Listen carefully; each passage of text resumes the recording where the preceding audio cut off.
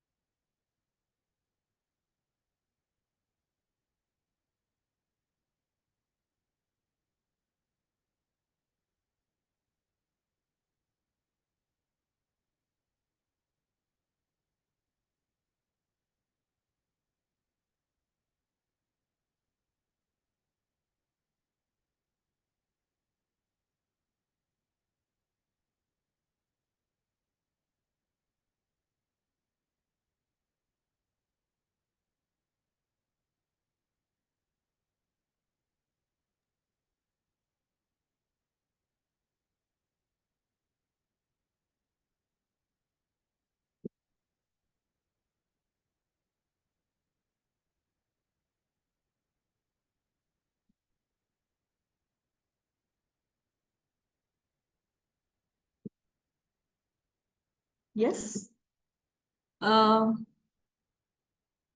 if we look at compass points, I know we can go 1 hour discussing about what could be the needs, what could be our excitement, suggestions, and worry. But if there's something, if any one of you can quickly share, okay, these are the things. We will just take one reflection and we'll go to the next part. Is there someone who would like to share?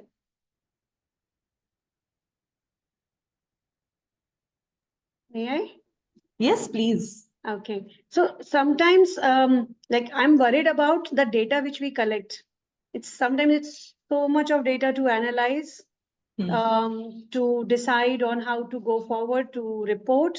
So sometimes I get a little bit worried about that, and I really believe in less is more. So how to go about that? Yes. Okay. Anything else? These are your worries, Ms. Tina. Yes. Same. Yes. Anybody else? Ma'am, I have written something. Am I giving appropriate answer or not? Okay. In the sense, I mean, please help me understand. Am I giving See. appropriate? Worried about that whatever I am writing is okay or not. No, that's or okay. not. No, this is something. And excited about that unit is going to finish. Okay. Yes. Yeah. We always have this, whether to do or not to do. If to do, how much to do. Yes. And whatever we do, we feel, yo, this is not enough. Yes. So this often happens. So that's absolutely okay. Next, we'll go to the next one. So today's session goals is going to be about developing an understanding of assessments in PYP, basically looking at the framework and the IB expectations of it. Then we get into the steps in designing effective assessments. This is one approach or sharing of one-sided perspective. You all can have a different say on that. And next is determining the backwash effect in learning. Backwash effect basically means what is the impact that assessments have on our teaching and learning practices. Okay, so IB is also using this terminology in the recent updated documents. So this is what it is all about. We'll look back, we'll take one at a time. Now, when you look at the image which is there on the screen, what do you see? What do we see? It's a balance. It's a balance. So how does this balance relate to assessments? How do we connect it? Like everything, all aspects of assessment should be balanced. Yeah. Right. It also connects to your worries, Tina, here about how much data should I look for, in an assessment. It's very subjective, Yeah. Because I'm from math background, so sometimes I really get lost into that data to analyze, like to what extent every day, like, when we say formative assessments, every day is a formative assessment, every learning experience is but how much to take in as a teacher, and especially in Indian scenario where you have got 25 students. In my previous session also, we were talking about it, that in this situation, like, don't you think sometimes it's really get overwhelming? At times it does. It absolutely is. And even if we look at our curriculum, it demands assessing the skills, okay, assessing prior knowledge, assessing skills, assessing the readiness of learners as to how much they have achieved, measuring it and reporting it, all these things together. What do I measure? What do I actually measure? Should I measure for the skill, or the jargon which IB is offering us? Or should I go with what the community demands? Like parents require, they want to see it on paper. They want to see whether my child has scored a B, or a C. Okay, so how do we bring that balance, and how we bring that culture of, giving the right feedback, right feed forward, taking them in the right direction, taking them from where they are currently to where they can go further. Okay, so balancing all the elements of PYP along with the knowledge that they acquire, conceptual understandings, skills, all these things, bringing them together and finding the right balance is what assessment has to do. Okay, and this is not going to be a static approach. This approach is very, very dynamic. It will differ from one person to another, from one scenario to another. So there is no right recipe for this. Okay, so when we look at assessments in PYP, this is what IB says. It is for the learner, for teaching and learning, and for the learning community. So when we say it is for the learner, we look at the, what of assessment. What is it that we expect from a learner?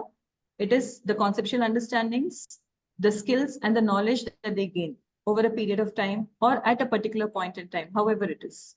And then learning and teaching is, of course, to do with our practices, because we understand that it is the assessment that informs our teaching and learning practices. Based on how the learners have performed is how that helps us to plan our next steps in teaching. That is how the inquiry proceeds.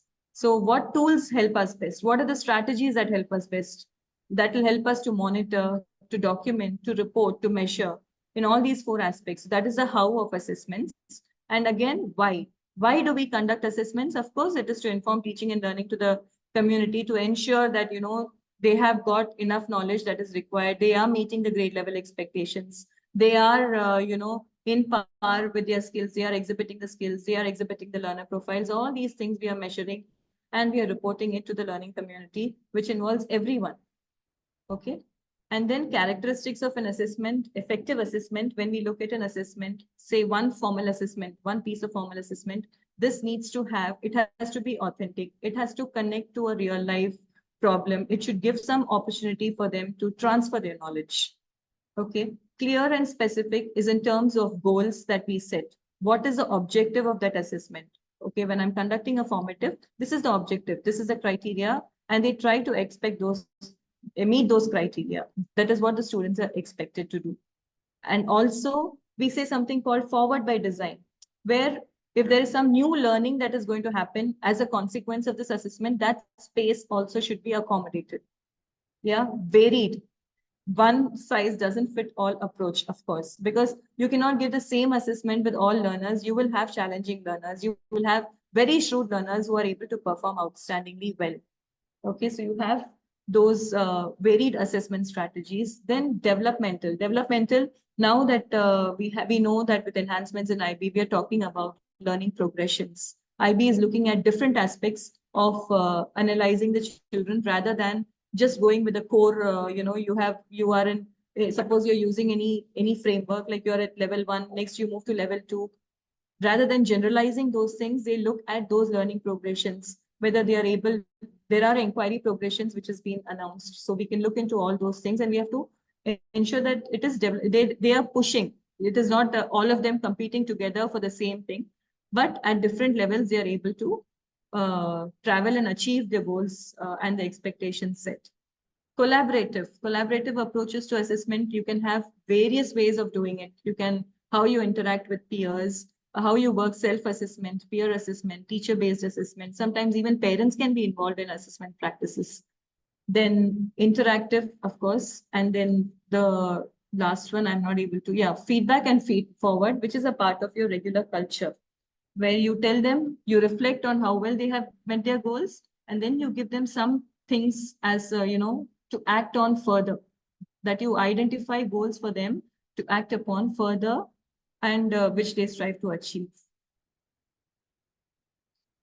Okay, so what do we assess is knowledge, conceptual understanding, and skills. So by knowledge, we mean it is the facts, information, the overall topics or concepts that you have covered in the inquiry. So it is more subject oriented under knowledge. So this picture I have taken it from Toddle, which talks an article that talks about assessments in PYP. Then again, conceptual understandings are when you have a unit on, say materials, they're learning about properties of materials. So they understand that things change to turn into something useful. Okay, materials, they undergo change. That itself becomes a conceptual understanding. The central idea is one statement that shows a conceptual understanding, though it is very huge. It is very broad. Okay, and in one unit, it is not just one central idea that is a conceptual understanding. It can be many. You can have multiple ideas, and how they connect information at every stage they are constructing knowledge. So when they develop this knowledge, how are they connecting different pieces of knowledge that they have acquired and making it more meaningful? Then skills are, of course, the strategies they use, the ATL skills learner profiles, and the processes they follow, may it be for research tasks that they have given in class or anything, an assessment task, how are they approaching that task is also a monitoring of skills done. Then types of assessments, we have different types of assessments. The majors of learning, for learning, as learning is how it is broadly classified into. As we know, off learning, it is usually summative assessments, they fall under assessment of learning. The formative assessments, they will fall under for learning. And when you monitor the process, when you have ongoing assessments, it falls under as learning. Usually every day-to-day practices, they go under assessments as learning. Okay, everyday learning engagements, they will fall under assessment as learning. And in IB, they are actually, again, putting emphasis on assessment as learning. So assessment as learning requires rigorous reflections also from time to time, so that they look back at what they're doing and they find ways to correct themselves and get on track. Yeah. And these are certain assessment tools and strategies. You have this ready-made image on Google, which will help you to choose which kind of assessment tool or strategy will be most appropriate for a given learning scenario. 4 dimensions of assessment, we can just play around with these phrases. Probably we know what is monitoring, what is documenting, what is measuring, and what is reporting. So let's look at these statements and just reflect on where will conducting a discussion in class to check for prior knowledge on the topic, under which pillar, which dimension of assessment would the first statement come under? Monitoring. Exactly, it comes under monitoring. Ma'am, can you tell us why? A quick why? Monitoring, because you are observing who is saying what, and then where they are, means about what they already know about the current topic, so that you can then make changes in your planned task accordingly, so that you need not, because if you think that the students have a basic knowledge, but when you do the prior knowledge assessment, when you do the discussion, you see actually they are not at that level, they are further up, further ahead. So then I need to see that my task is changed accordingly, so that the students are not bored. If we are going to start with already what they know, then they will lose interest. That is what I think. Correct. Keeping up the curiosity, of course. Yeah. Yes. And monitoring, very well justified. It was just for us to understand the 4 dimensions once again, also to help each other if somebody is new to PYP here in this room. Is anyone new to PYP in this room? No, I think right? we have Okay. Radhika here. She is from a CBSE school. All right. Okay. Yeah. So considering Radhika, ma'am, in this room, I would say like we have 4 dimensions to assessment. You can call them as 4 phases. So one is monitoring, another is documenting, measuring, and reporting. Monitoring takes up majority of our time because that is an everyday practice of the classroom. We have to monitor what the learners are doing at any point in time, why they are doing and how they are doing. All these observations, anecdotes, these things are a part of monitoring. And documenting learning is what part of your learning do you want to be documented? May it be showing it on the learning walls, may it be taking it to their learning journals, or building the learning stories of your classroom or any individual child portfolio. All these things come under which piece of work goes under documenting is your, like, not all assessments are formal. We understand that, right? There are so many informal assessments that happen. So what is it that you want to take it on paper is documenting. Measuring learning is at any point in time during the inquiry, you want to know where is it that your children are standing or a particular student is. For that, we do measuring learning. So your formative assessments or your summative assessments, you want to give a view of, you want to know where that particular child is at this point and what is that child's progress or developmentally where the child has reached. That you will report using measuring learning. And then reporting learning is again sharing it with the learning community. You're letting others know what has happened with respect to a particular assessment or a particular period that you have monitored. Usually our report cards is the best example. It just happened, so I'm telling you. That is the best example for reporting learning. Okay. So now next, students sharing their learning journals. Would anyone like to say where does it Documenting. go? It Exactly. comes under documenting. Very good. Students setting their own criteria for learning. Measuring. Measuring. Setting their own criteria for learning. It can go under measuring. Yes. Teachers giving a feedback on a learning task. Documenting. It can be documenting, it can be measuring as well. Measuring, It yeah. can be a part of monitoring Measuring also. also. Yes. Yes. Sometimes when we are giving it as an oral feedback to them, Hmm. conferring with learners, SLC comes under reporting on learning.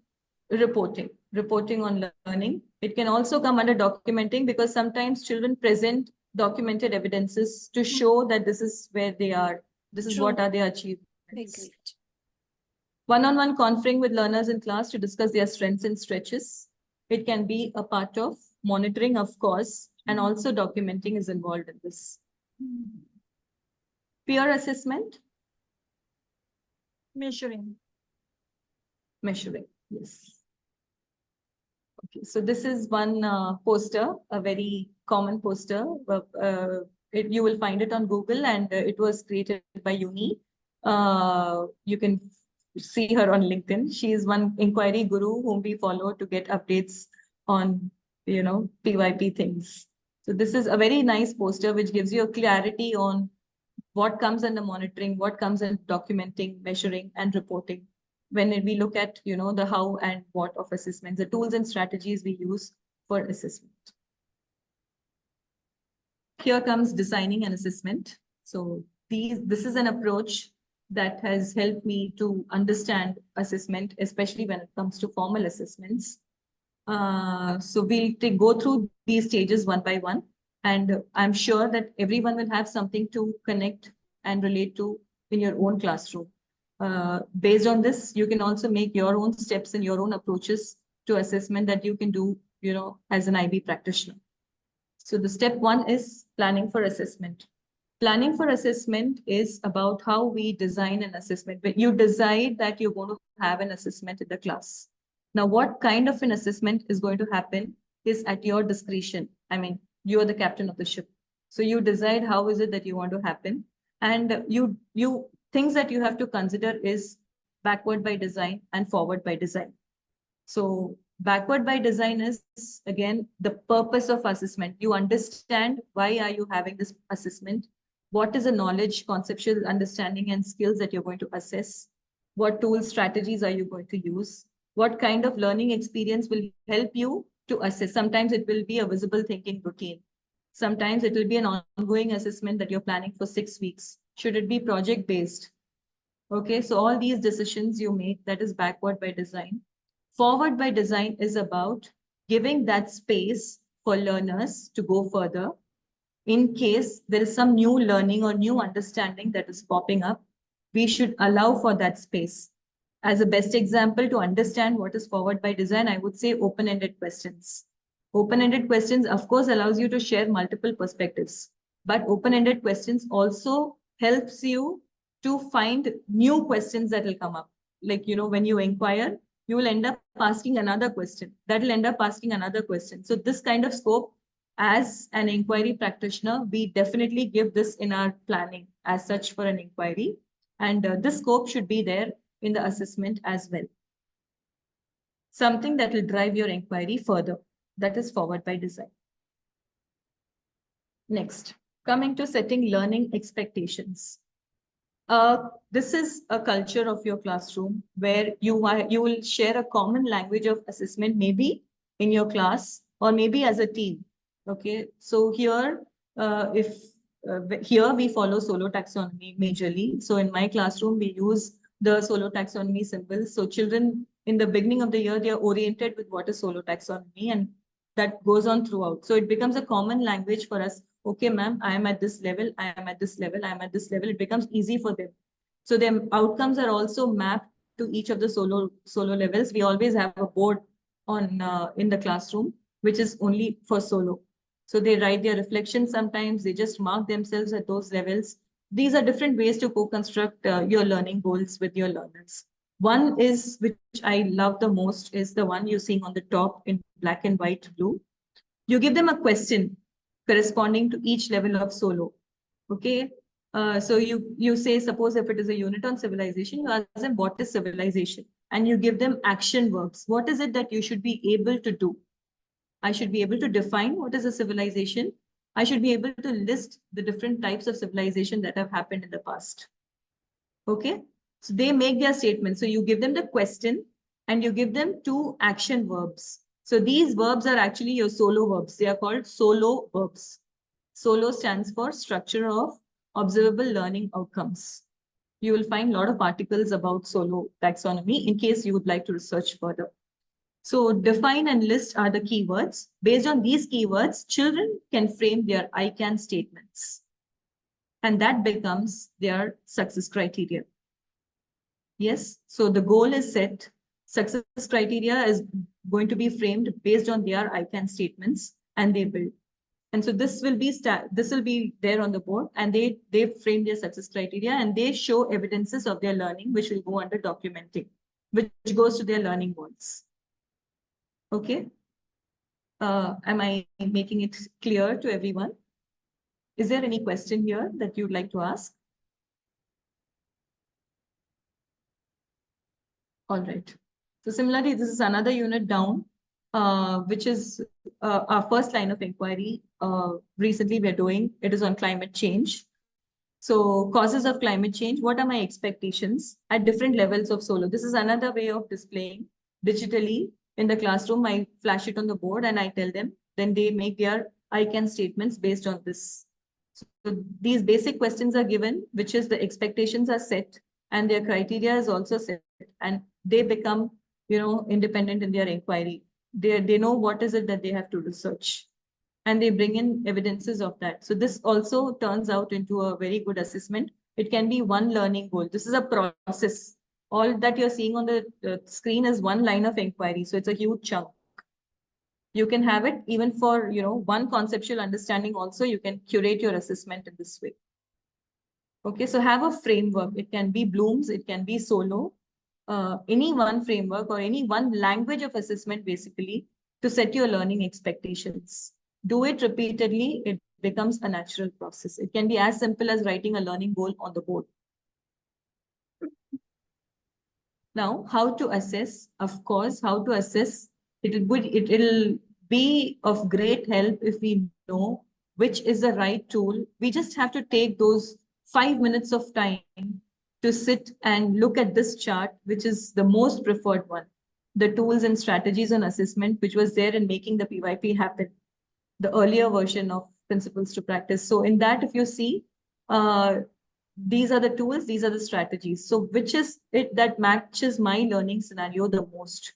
Pick that, and based on that, whenever it comes to formal assessments, I think we can spend this time to do. Identifying the right tool and strategy based on that learning scenario, and then plan for multiple ways that student can achieve success, which is make it differentiated. Making it more open-ended in itself makes it differentiated. You don't have to plan for another strategy. Okay. Ma'am, So I as have a long as question yes, from the please. previous sheet.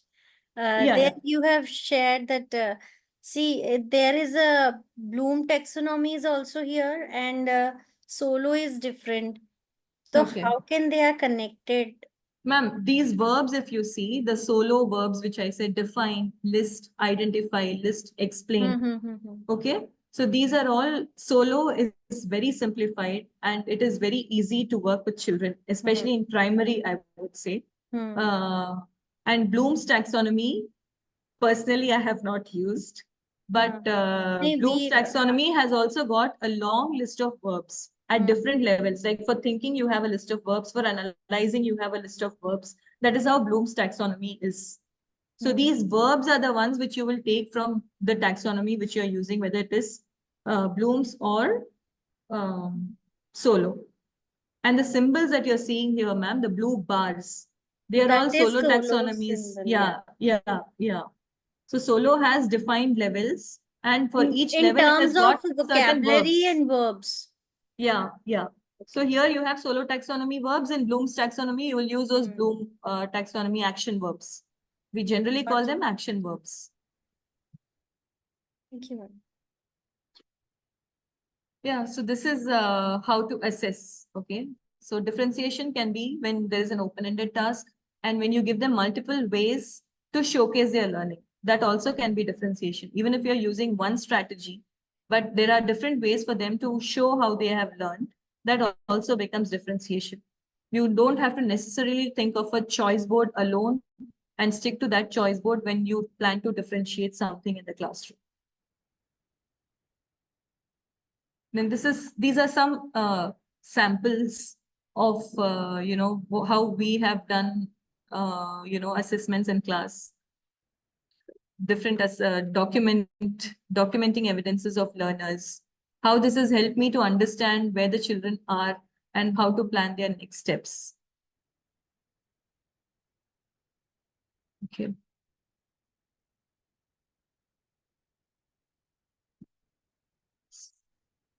Next is feedback to feed forward.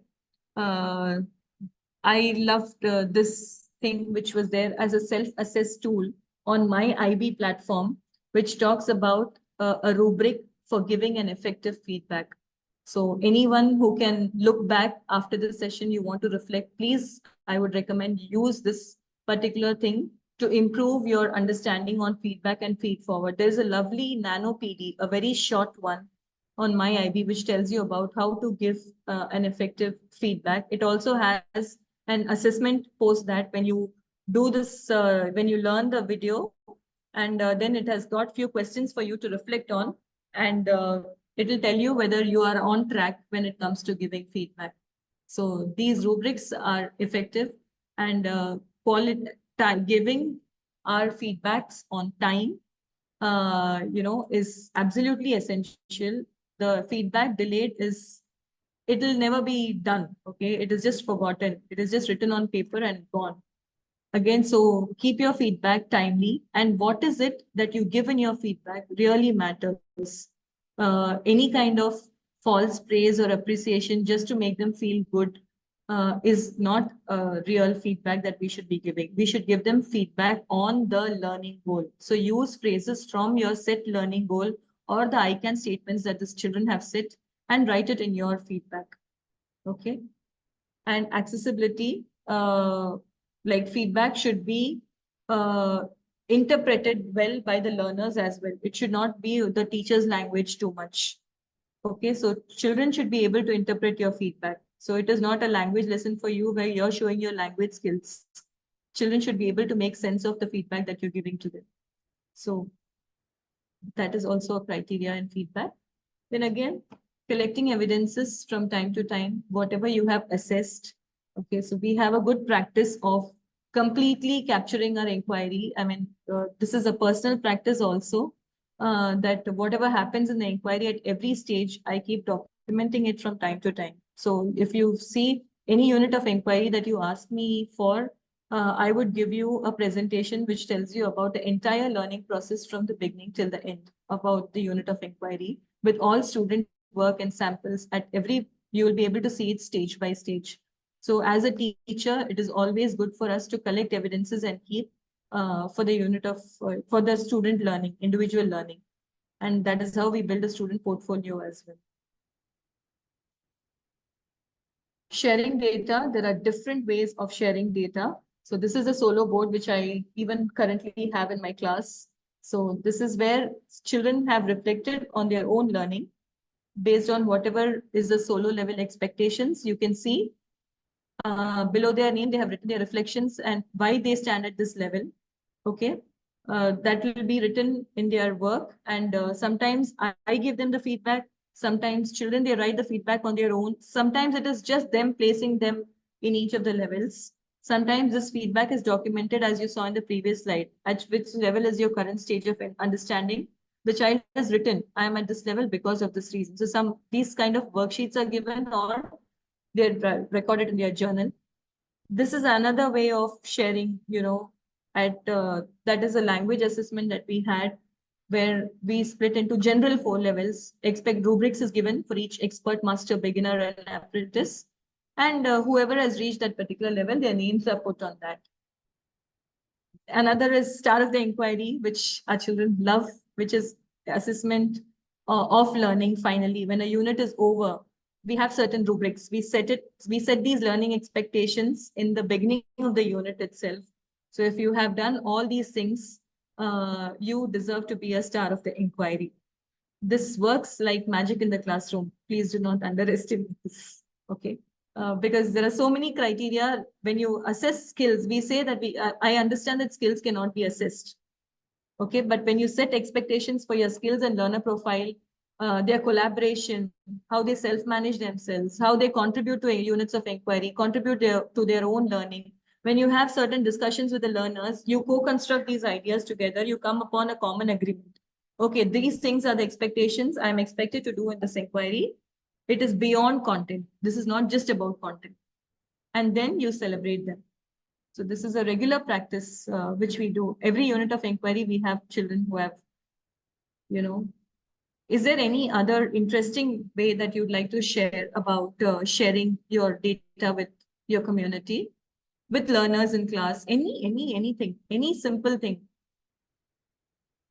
Somebody would like to share? Any good practice?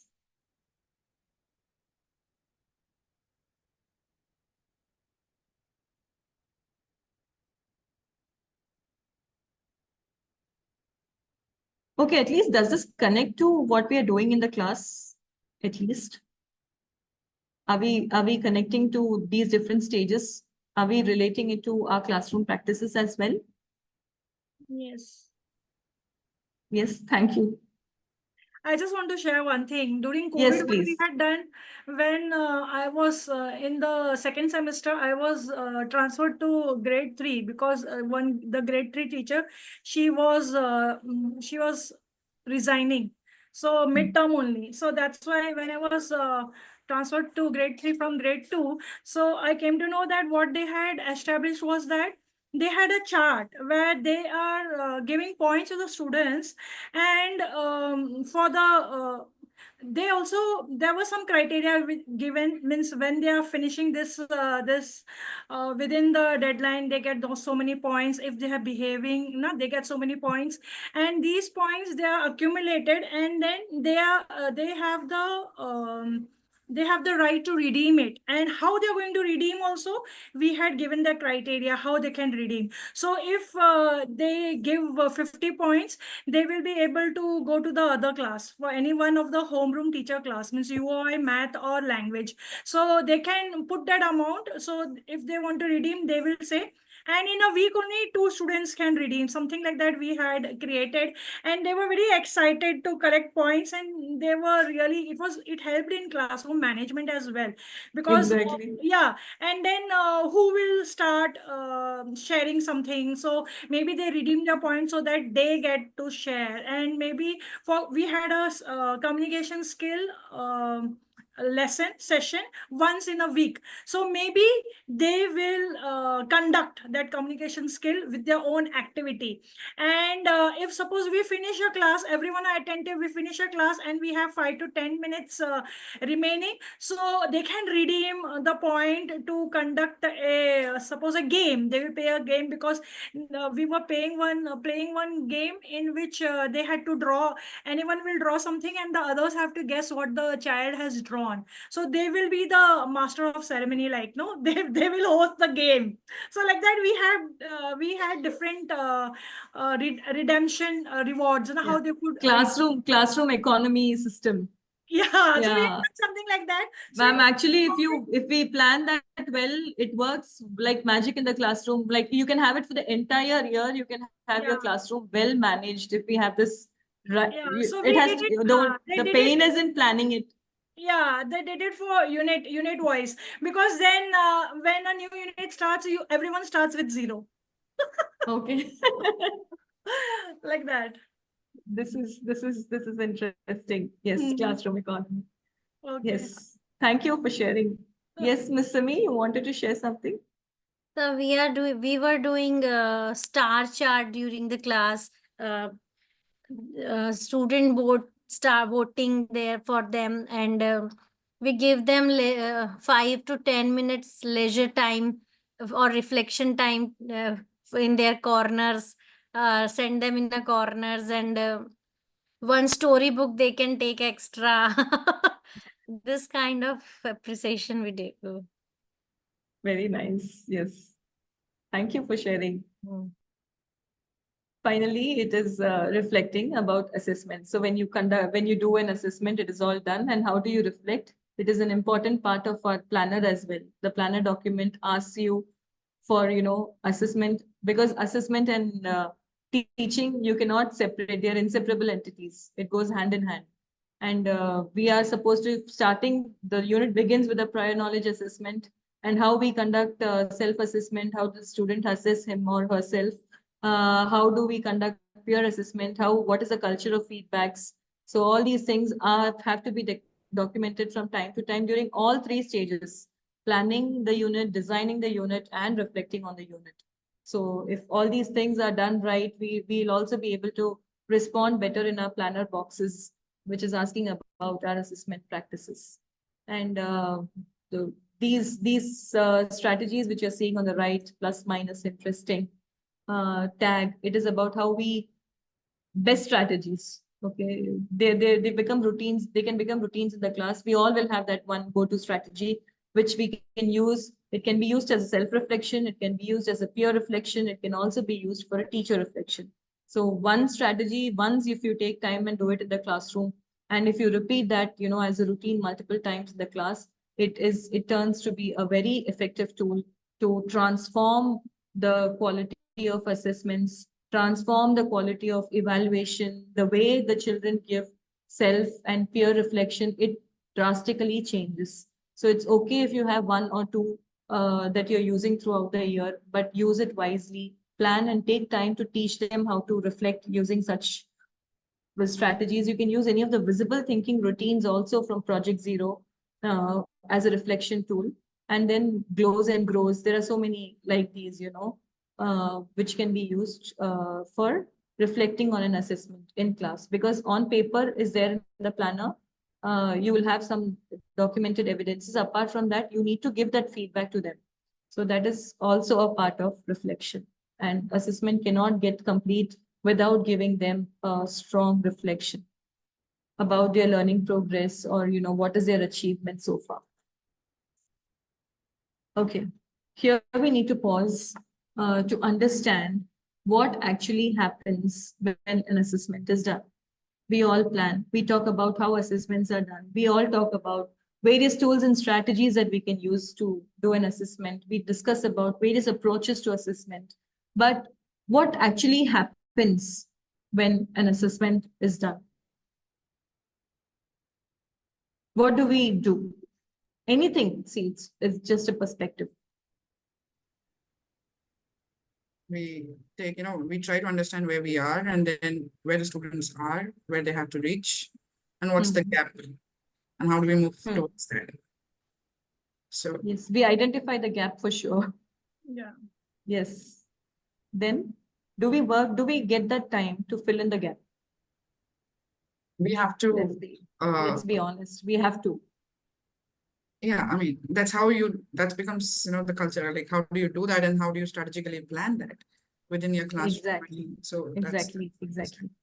So, we have in our, when we do our assessment, it is done. Reporting is done. Once evidence is shared, once sharing that reflection is done, it doesn't stop with that. What happens beyond that is also a part of teaching and learning. That is the thing that influences our teaching and learning most, I must say. Okay. So these certain things are the things that bother us, when it comes to post-assessment scenario. Here is where we need to, look into the process again, a little deeper again. Now, before we get into that part, how do these quotes resonate with you? Any one quote you can pick for yourself, which resonates with you. Any one quote. And you just tell me which quote have you picked.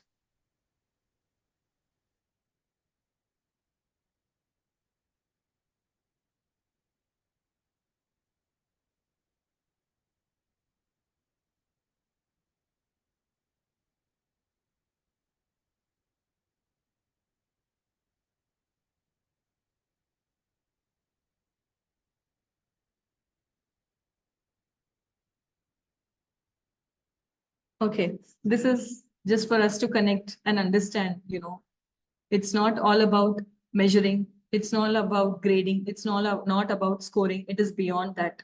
The practice is, what is expected is beyond that. Okay, so what happens post-assessment? We teach students take up the assessment, then the teacher will identify the learning gaps, the student will also identify the learning gaps. And based on all this, what is it that has to happen next?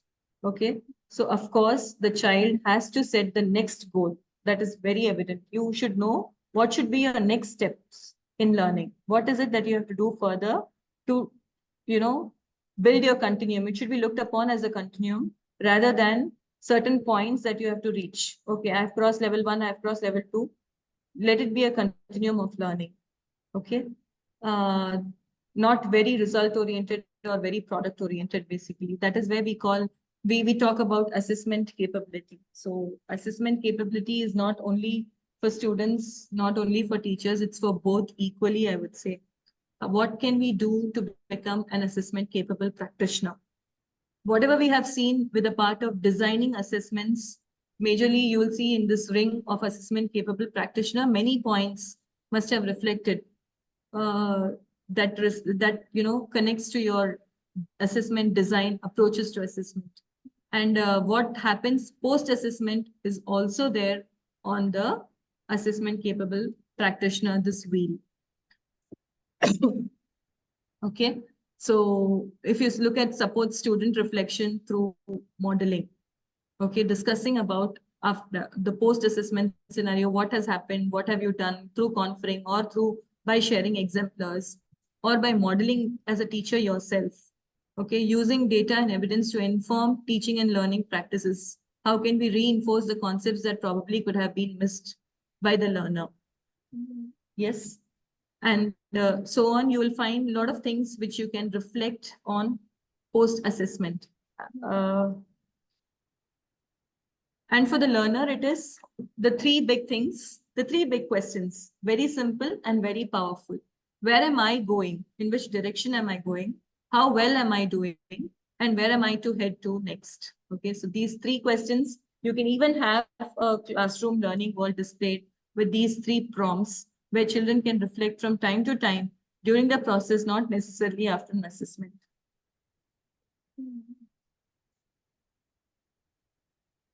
Feedback to feed forward. Again and again, we are talking about feedback to feed forward. This is pretty essential.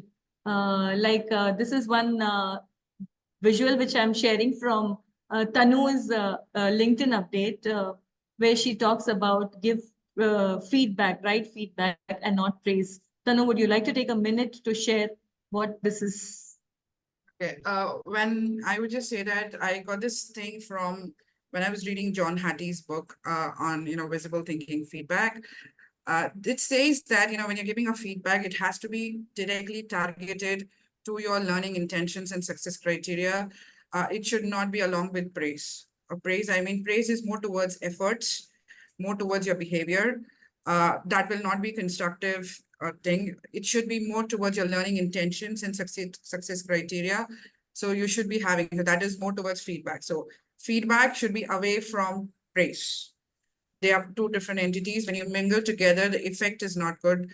The impact is not correct.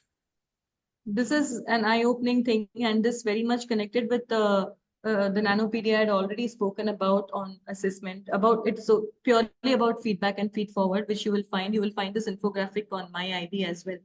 So the value of feedback, we should not be underestimating it. Rather than telling, wow, very good, very nice, excellent, exceptional effort, best in class. Rather than telling all these, we need to actually refer to the phrases in the set learning goals or the success criteria and talk about whether the child has actually achieved that or not.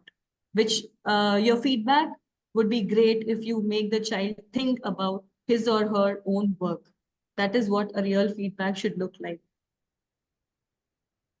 This is also from, this is one, I really appreciate Tanu for giving this thought to all of us. This was shared with us. Again, this is available on LinkedIn.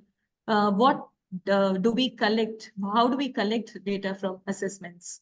So this is different kinds of errors. Sometimes children make a mistake just because they did not understand the question right. Okay, it is not that needn't be, that has got nothing to do with their conceptual understanding. It can just be that they have not understood the question, they have misinterpreted the question. So as a teacher or as a student, if we are able to ask each other and reflect on what was the actual error that happened. Was it a reading error? Was it an error in uh, acquiring that knowledge which the child is supposed to, the content? Was it an error in application? Was it an error in the strategy, the approach used? Okay, so if we are able to categorize these errors and, include this in your feedbacks again, when you review your assessments and when you share it with the class. Okay, that is a great way of simple and very powerful way of, correcting and improving the learning of our learners. Okay, so it's like a proper review that we do after an assessment is done. This is a wonderful information where with prompts where you can ask yourself questions and you can reflect on the actual strategies that you have been using for measuring assessment tools and strategies. And this has got a lot of room to reflect with your learners in class post an assessment. Okay, so I don't know if so we still have 8 minutes to go. So if there's something that we can discuss, something that we can share, there's something that we can ask each other or get help from, let's go ahead.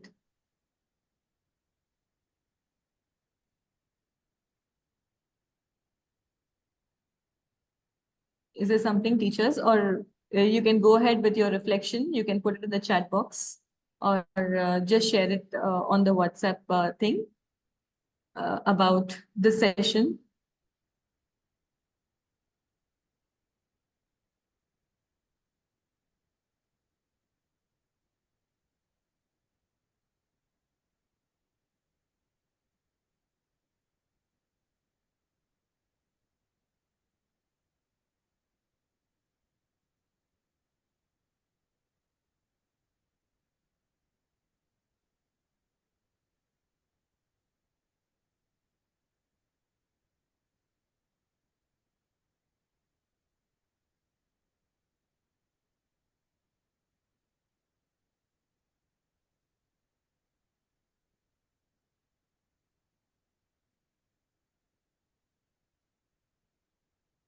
I would really like to thank Ashika ma'am and the organizers, of Unconference 2024 for this opportunity, actually.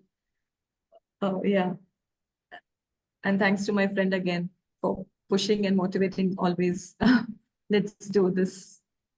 We were actually stuck with a lot of, this was a reporting period and you know how it is. So this 1 week was very hectic on us. Though we were happy initially that, I was personally happy that it has got postponed to 26th, but I then realized that 26th is a reporting day. Okay.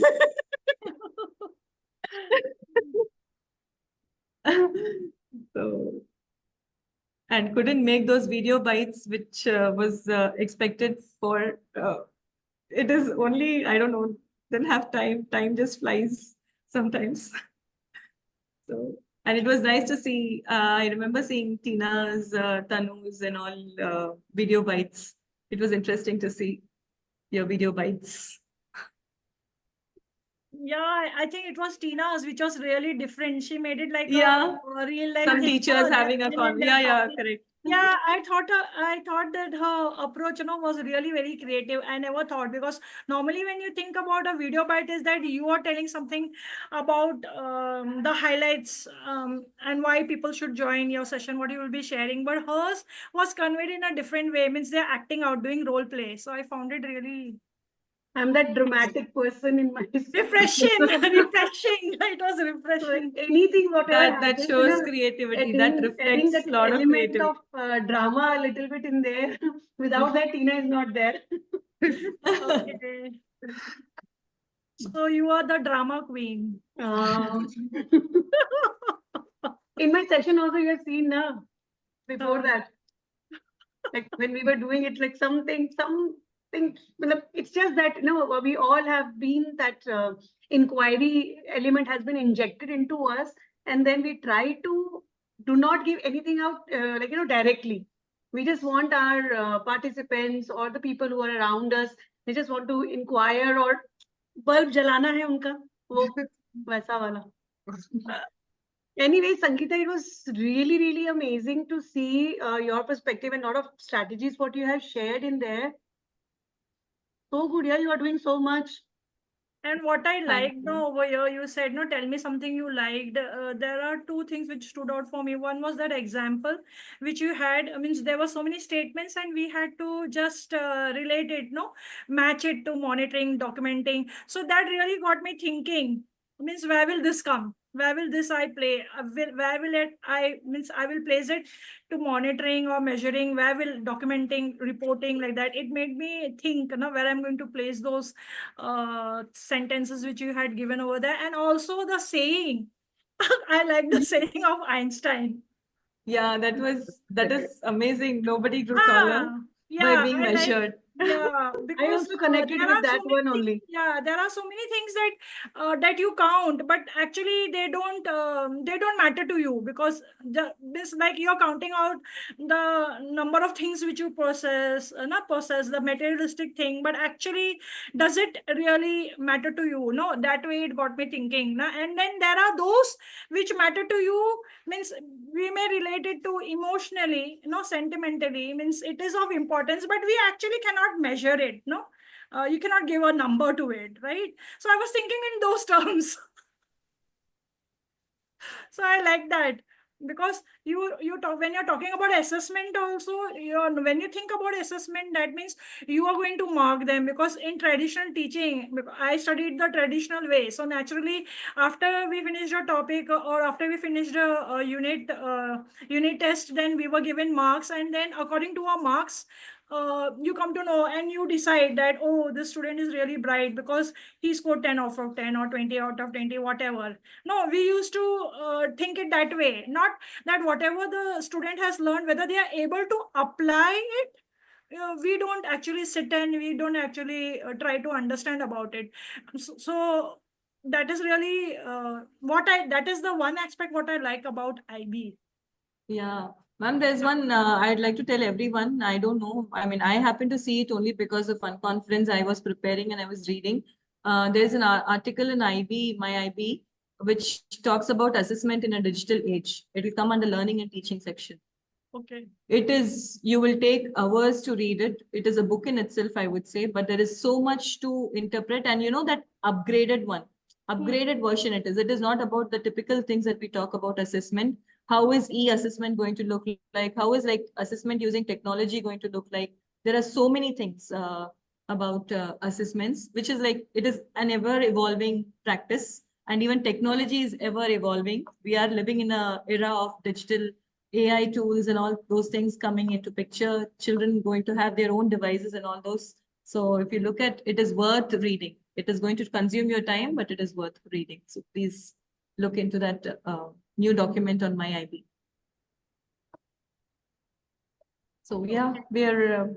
Thank you so much, everyone, for your time. Yeah, I would Thank join you so much. now. My session. Yes, coming, Tanu, coming. I'll You just go have over. your lunch, Sangi. Go have your lunch. You have missed your I'll lunch. keep my screen off and I'll have my lunch. Yeah. That's what I was doing.